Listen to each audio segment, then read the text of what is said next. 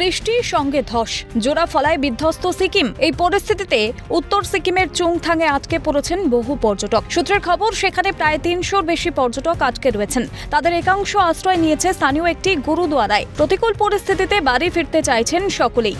हमें जल्दी से जल्दी घर पहुंचाइए, बस इतना कीजिए। बच्चे सब यहाँ पर एकदम परेशान है, छोटे छोटे बच्चे परेशान हो रहे हैं। यहाँ लाइट नहीं है, नेटवर्क नहीं है, कैश नहीं है, कैश नहीं है हमारे पास। 4 दिन से हम यहाँ पे हैं। हमारे बच्चों को गुरुद्वारा में खाना तो मिल रहा है, नहीं तो भूखे रह जाएंगे। অন্যদিকে টানা বৃষ্টির সঙ্গে সিকিম থেকে নেমে আসা জলে ভয়ানক অবস্থা চর-তোরসা নদীর। চর-তোরসা নদীতে দেখা গিয়েছে প্রবল জলোচ্ছ্বাস। বন্ধ হয়ে যায় ফালাকাটা আলিপুরদুয়ার সড়ক পথে যান চলাচল।